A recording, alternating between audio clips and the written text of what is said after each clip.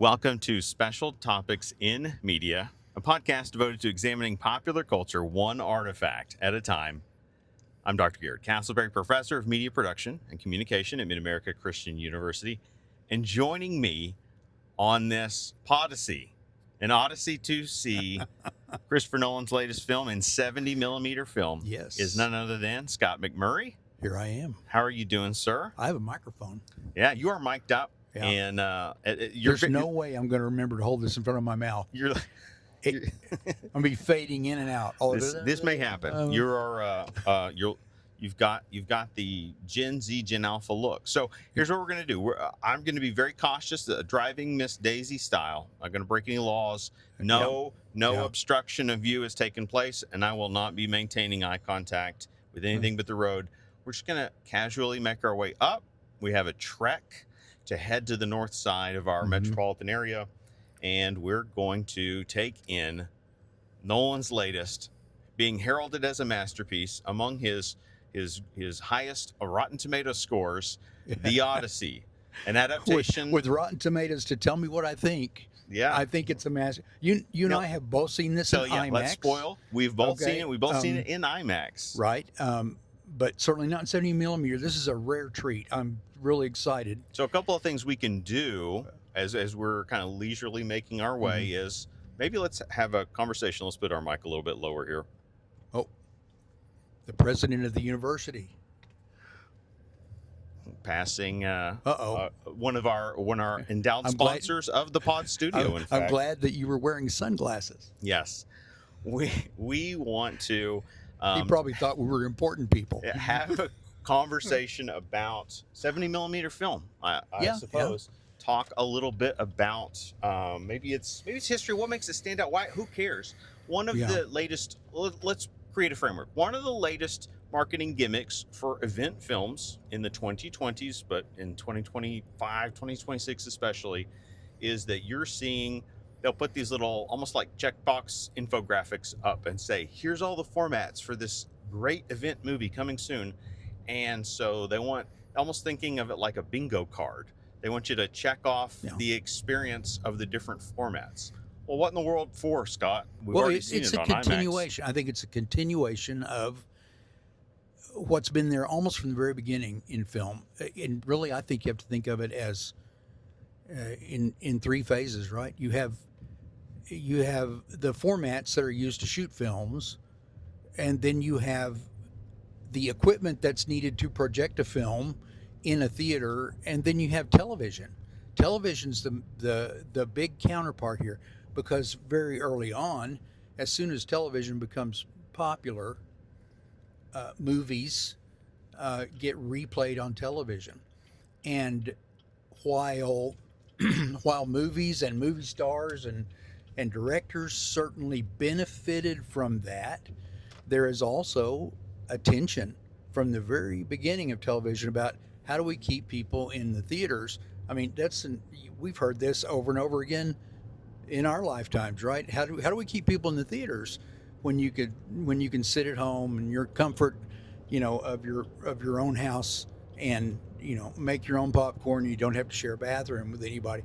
So it's part of what drives. I'm convinced. Part of what drives different formats is certainly the movie industry trying to keep people in theaters.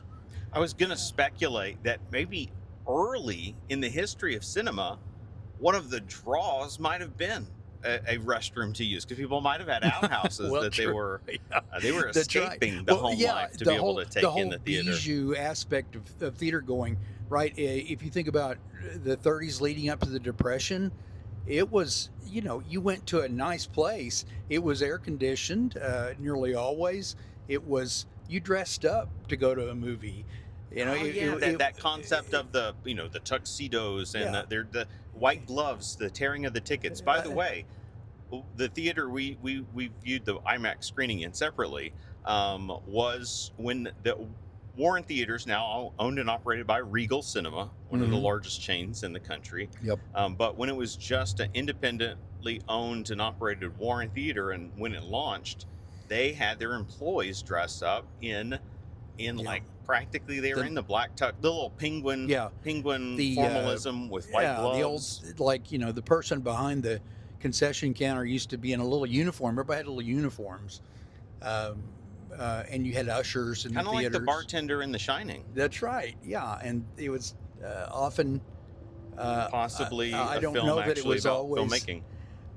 I don't know that it was always as expensive to buy concessions Yeah. as opposed to the movie. We're one of the things I noticed today. This is really I got the ticket since I was online, and you're saying you'll buy the popcorn, but you're going to be out a lot more than me. I can't believe you sent that. Yeah, you sent that ticket number. I was like, wait a minute, I don't know of a theater that low anymore. We're getting into a 70 millimeter, and by the way, Thursday in the middle of the day, not very many seats taken in this theater. Now, surprising. It's probably the first day where the theater's not at least half the full. In IMAX, we both experienced close to opening day. I actually went on opening day. I was out of state. Yeah. Unfortunately, Cleveland. fortunately and unfortunately. Yeah. I told you and others, I was on my apps, Fandango and others, looking locally for IMAX showings in the Cleveland area. They were all sold out. And even midnight showings were just off the table. So it just wasn't in the cards. But I did make it back. I still got in opening weekend. Always important. I wanted to experience the flow of people, the experience of who all is coming out. That demography matters to the industry, by the way. Oh, absolutely. In a film like this, you can't count on, you can't count on this being appealing to young children. I think it probably is not. Carries a restricted rating. Yeah, it's not entirely appropriate for younger viewers, although I hasten to add, this is not a movie full of sex and bad language. This is a movie that's got a lot of violence. It's not, and you were correct. Yeah. I think I read a slightly miscalculated review, advanced review about some of the extents. I found it to be actually a quite tame, for what it could have been by our modern standards, a quite tame, straightforward interpretation. It had a very epic sensibility, all the way back to the Middle Ages, right? This is the distinction between epic and romance, right? An epic is something that is about nations and nation building and serious moral themes, and a romance is about, sex, and that has, this is a film a lot like, I'm reminded of, for instance, of the original Lord of the Rings, right? That came to mind. It's epical. It's in that sense that it's not a romance, really. One of the things that bothered me about The Hobbit was that they tried to make it a romance. Tried to four quadrant. Yeah. What was a very male, tried to make some slanted narrative. Some elf hobbit love in there, and which is fine. I mean, it's something that theater goers, I think, expect. And yet I'm afraid I'm making it sound boring. This is not a boring film. So one of the things that this film is being heralded for is the practical effects. This is location shooting, or at least, a lot of exterior photography, cinematography. There is nearly zero CGI, at least the way we process big event films as being CGI driven. And so that is being championed. That's so here we are. I know you want to talk mainly about format, and so maybe we talk about this, how these kind of go hand in hand, and people like Quentin Tarantino, people like Christopher Nolan, are both big advocates of getting back to a film tradition that emphasizes the craft without all the, that mainly relies on practical effects, and where they shoot in bigger format, in 70 millimeter. What does this mean? Most of the films you've ever seen were shot in 35 millimeter. And all that means is the negative that's produced is not twice as small in 35 millimeter. If you look at the total area, it's considerably more than twice as big. The negative that is putatively lights being shown through to create the image. In fact, most of the films you've ever seen have no film at all. You know, they're 98% of screens. I was just reading today, trying to find something smart to say, and here it is. 98% of screens in the United States show digital projectors. Digital projections. This is a big leap forward. Yeah. At a time when I think theaters are starting to deteriorate in the 90s, the 2000s. Yeah, it begins around the 2000s, where nearly all quote unquote film is distributed as DCPs, digital content packages. They're hard drives. They're like in a little cartridge, and they plug those into the projector, and that's how they run the movie. Well, why should we care? Why should Quentin Tarantino or Nolan Ryan care about? Christopher Nolan. You threw as me far a as I know, there. yeah, which as far as I know doesn't have a fastball at all. But he does have an ace up his sleeve. That's right. Christopher Nolan, Quentin Tarantino. Why should they care? Why should they? For instance, Quentin Tarantino's theater in Beverly Hills only shows celluloid film. That's right, the New Beverly. Yeah. Only shows movies on celluloid film, and they're very interested in keeping that format alive. Well, it's simply because, you know, maybe even more than people who like to listen to, you know, vinyl records versus, we've had some experience with that, right? But vinyl records versus digital renditions of the same thing, and there's a clear difference between the projection quality, especially of a big 70 millimeter print versus a digital projection of a 35 millimeter. Well, Scott, let me pause there and say this. Folks are just going to have to deal with it here. We're having this conversation on some mini roads that we've acquired recently. I think if you've been listening to the pod this summer, I've been experimenting with some shorts, with some samples, with some monologues, and it's a different sound. There's a textural difference to the audio, and that's maybe equivalent to when we sit down. Normally, we're sitting in front of some big single mics right in front of us, pointed right at us. We get this full-bodied sound versus this is going to be a condensed sound that you get through this quality here. Sure. And maybe there's something comparable between the 35 millimeter and 70. If I read correctly, so it's technically only 65 millimeters. Only 65, yeah. And then 5 millimeters on the side. Yeah, because we now carry some so magnetic much audio tracks. Yeah, we carry so much audio information now. So 70 millimeter, the standard 70 millimeter is only 65 wide, and then 5 millimeter strip. You know, this is not new. Silent films were almost all recorded at 1.33 to 1. But when they added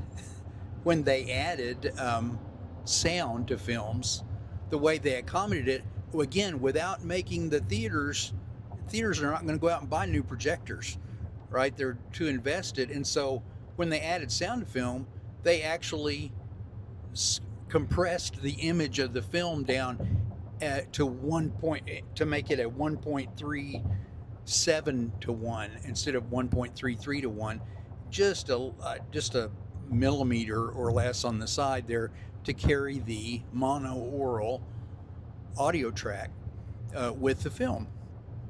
And now, you know, we all expect, and we should get surround sound, you know, Dolby 5.1 or whatever, and that requires considerable space there to carry that on the film itself. Of course, that does not apply to DCPs, to digital movies, right? It's just a hard drive, and you can carry as much information as you need. And so, you know, the size of that big 70 millimeter camera lens captures a lot more light. If you know about photography, I know it mainly through telescopy. Okay? Of course, using telescopes, and you know, most people think, who doesn't? Most of us. the powerful, most people look at telescopes and they say, oh, that long one must be more powerful. And it's not that at all. The power of a telescope is about its aperture, how big the primary lens or mirror is, because you capture a lot more light with a lens that is twice as big in radius. You capture considerably more than twice as much light, and so you get brighter images and higher resolution. The very same thing happens through a camera or a cinema camera type lens, and so the image we should expect to see, I think, will be more saturated. We'll have better contrast. We'll have brighter brights and darker darks, and be more like what the filmmaker envisions. Let's craft this in a way that the modern audience, the modern social media user, smartphone user would think about how we manipulate image photography. And when you take, say, while smartphones now, the camera has all these internal functions that are programmed essentially to try to capture the photograph the best it interprets we might want to see. You can go in there and to your settings, and then you can make these little adjustments, adjust the warmth, adjust the brightness, and so on. And people that are big, Instagram heads or whatever, are going to go in and mock up and try to make their pics look as glamorous as possible. And that is, essentially what we're getting is a more glamorized film script. Well, I would say it's closer to what, because these directors and these cinematographers, everyone that's working together to create this film, they're seeing this stuff with their human eyes, which is still the ultimate detective instrument for color and brightness and depth. And so it's closer to what they are putting on film. Okay. If you take this all the way back to silent film, when a director of a silent film, when Charlie Chaplin looks through his camera lens, he's seeing a world full of color. He's seeing a world full of contrasts of brightness that are infinite in their gradations, and but all he can capture is a black and white image that is much less than what he can see. We're getting close to the point where a director can actually present us with the right tools, with exactly what they intend us to see, what they see when they look through that eyepiece on the camera. So one might argue we're getting closer to the auteur's vision for the film, or being able to realize it. I think that's true. As opposed to thinking about it as the hyper real, the more real than real. And another thing, I think you and I have both talked about how, especially in IMAX, which again, in this case, more real, R-E-E-L. All the IMAX we've ever seen has been digitally projected. By the way, this is another topic. This is another box on the checklist. We're seeing this, I should say, in 70 millimeter. Very exciting. We're not seeing 70 millimeter IMAX. Correct. Because there's what, fewer 30 than to 35, 50? Fewer than 50 theaters worldwide that can do that. Now, the closest one to Dallas is in Dallas. There's one so in maybe Dallas we make this a three-parter and go 3.5 hours. Oh, exactly. And go and watch that, see if it makes any difference. But I would argue, though, the big jump is from 35 millimeter to 70 millimeter. IMAX is a even larger format. It produces a negative that's 3 times the size of a 35 millimeter. It runs horizontally through the camera to take advantage of, to orient that negative the right way. And to be fair, if we're a little bit of in terms of like stepping up versus stepping down versus sideways on the spectacle scale, this is a film that broke ground. This is every marketer's dream, to be able to say this statement every time a new movie comes out. allegedly he has a new, smaller, quieter IMAX camera developed that they shot the entire film on IMAX. So technically, it is shot for a larger screen. Now, am I correct in saying this is the first film shot entirely in IMAX? That's what they're claiming. Okay. That's what they're claiming. Okay, so that's... And Nolan's been adding his minutes as he goes. I saved a infographic of that recently. He's kind of been creeping up, so to speak, kind of like the inflation rate on his IMAX shot minutes per film. Once again, he is. We talked about photography a second ago. Hoyt van Hoytema is his DP, he has been for several films now, including Oppenheimer, including Dunkirk and Tenet. I believe Nolan previously worked with Wally Pfister quite a bit, and now he's moved to Hoyt van Hoytema, and I love his lensing. Hoyt did Nope for Jordan Peele. Oh, yeah. I thought that film was visually lush. I thought the colors popped throughout that. Compelling. He's a real eye catch. He's kind of, there's a handful of cinematographers that are sort of trading the championship belt over and over again, right? Yeah. And he's definitely one of them.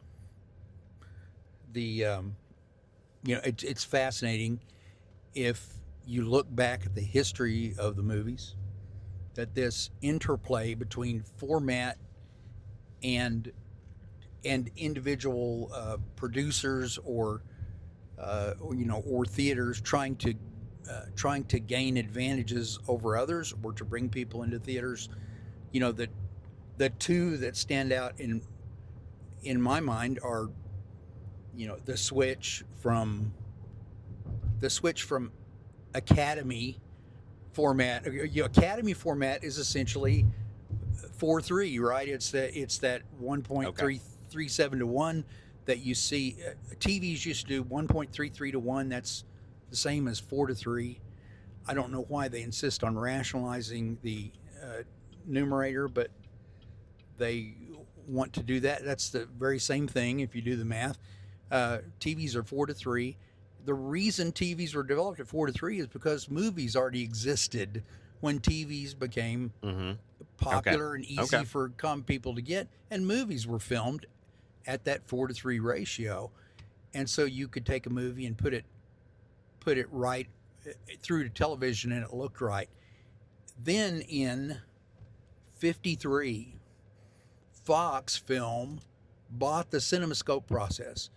Now, competition. There is, and the reason they did that is they said, we want to make film that we want to make movies that you can experience in the theater, not on TV. And that introduced this much larger. That CinemaScope process was actually developed in 1926, but nobody used it. It was kind of a cool thing, but nobody was interested in it until 1953. The Robe, one of those Hitchcock. sword and sandal. Oh no, I'm thinking Rope. Not Robe. The Robe. I know the movie you're talking They're about. very I close. haven't seen it actually. They're only one letter apart. The Robe. My hearing. I'm only hearing in 35 millimeters. I should clarify. Yeah, we should do a mashup of that. But interestingly, CinemaScope still worked with just a single 35 millimeter lens, except the lens was a special shape. It was anamorphic. And so what that did is it squeezed the picture in to fit on the same size negative by morphing it laterally, sort of that fisheye look, that you get. But the reason the films don't look that way when you play them back is you also had that same lens reversing the effect when you projected it in the theater. Well, TV caught up to that, right? Two ways. First, there was this whole terrible era where they took those movies and they played them in the 4:3 format on TV, and they couldn't show the whole image.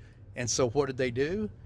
pan and scan effect. Pan and scan and cropping, so that you can watch many movies, beginning with ones that were produced about 1953, where you watch them in 4:3, and they're not showing everybody that's in the frame, right? Or they're moving the focus of what you can see as if there's a little 4:3 box on top of the frame that's moving back and forth. I assume there was a job in the 60s where you were the guy who actually selected what part of the frame was going to be shown. Did you ever think about that? Okay. You're like a pan and scan artist. The pan and scanographer. Yeah. But, everybody hated that. Well, there was a TV-driven innovation, how these three areas just keep working together. HDTV really came from the TV side, and it was a development of a format 16:9, which turns out to be exactly halfway between Academy aspect and CinemaScope. Suddenly, those letterboxed movies on TV didn't feel so far, so distant away. That's where letterboxing sort of originates, because now you've got a bigger screen, but it's still not quite as big as CinemaScope and the various things that were equivalent to CinemaScope. And so what do? Well, you go ahead and reduce the picture to fit, and you've got these bars at the top and bottom, black bars of space that you're just not using. And those are called letterboxes, because they're very common to have the little mail slot. Mm-hmm. It's called a letterbox, and it looks like a little mail slot. Well, that would be apropos for our times now, because the migration of social media traffic amongst film cinephiles is now on the website letterboxd.com. It's a callback. That is like equivalent of how hipsterdom has evolved. Is now you got to get on your Letterboxd and self-report. Mm-hmm. What you're watching, what you're rating it, and so on. I guess you can write little micro reviews, or maybe long ones. I'm not sure. I'm not fully fluent. Its cultural currency sure is getting a lot of traction of late. We're here. Let's see here. We're almost here. See the giant bowling pin. We've got. We're going to negotiate some space, and then as we close in, we'll have some final thoughts before we enter. So we've driven up to the north side. We're Quail Springs Mall. Kudos to Quail Springs Mall for supporting a 70 millimeter. One of these, in one of these social media pages that shows vintage photography, and an aerial shot of Quail Springs Mall in 1981, and this whole area was flat farmland. Yeah, it's amazing. One of the richest neighborhoods in the whole city is just. Maybe 2 miles that way? Mm-hmm. This is a real Field of Dreams thing. I mean, if you build it, they will come. Now, and including this, where it's a 24 theater section, it no longer, it was not here. It was like an amphitheater, the food court was, or something to that effect. Yep. And maybe even outdoor. I don't know. I did not venture up here when I was a young person. I think, didn't we come here to see a Wes Anderson movie? Yes. You and I? Oh, we saw the French Dispatch here. That's right. Yes. And I'll say this was kind of like I wanted to get settled in a spot before, so I can focus my thoughts without, dinging anybody. I'm amazed that you drove without an accident. I can't. Robin tells me I can't drive and talk. The more I talk, the more I slow down. That's funny.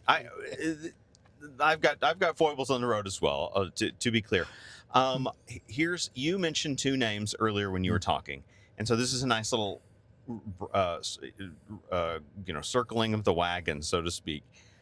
You mentioned the film directors Quentin Tarantino, but of course Nolan, who we're here to see.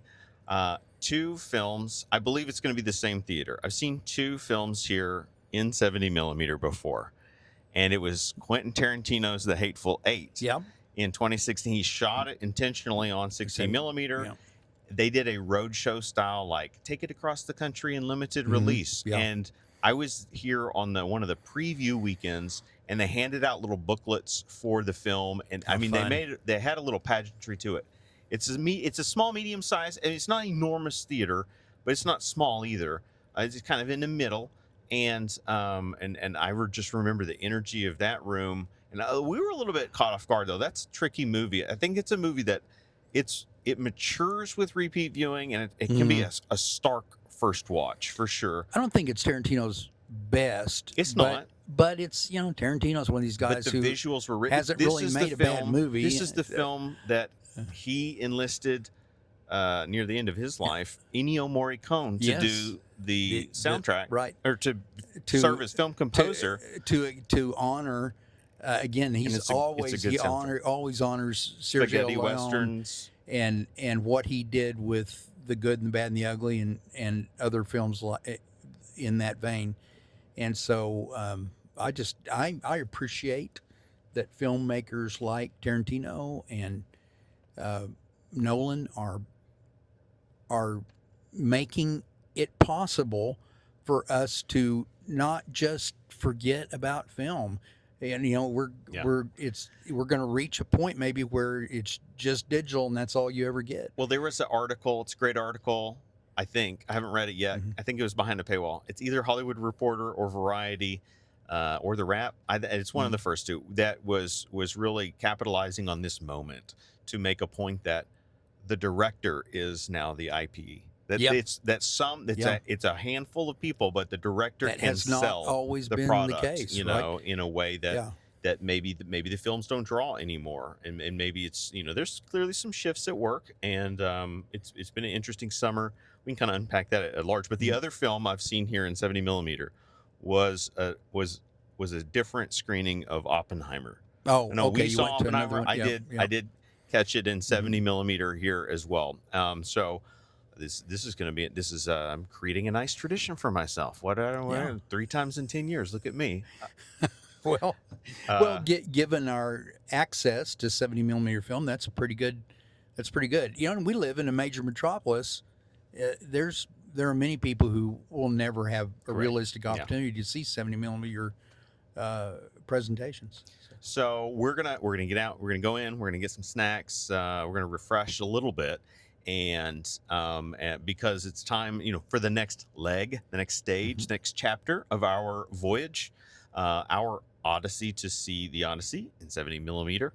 But we will come back, maybe not on this format, but you've typed up some thoughts. I've been brewing on some things, and we'll probably have a sit down conversation where we can unpack the real, the minutia, the pulpy details of the film. This was mainly about format, but it's sure. Yeah, I think we both have a lot of thoughts on this film, and they're evolving, and I'm looking forward to how my thoughts will update, giving it a second go round. Yeah, me too. Excellent. All right. Well, for Special Topics in Media, it's Gary Casper, Scott McMurray. We appreciated you all joining us for our 70 millimeter PODYSSEY.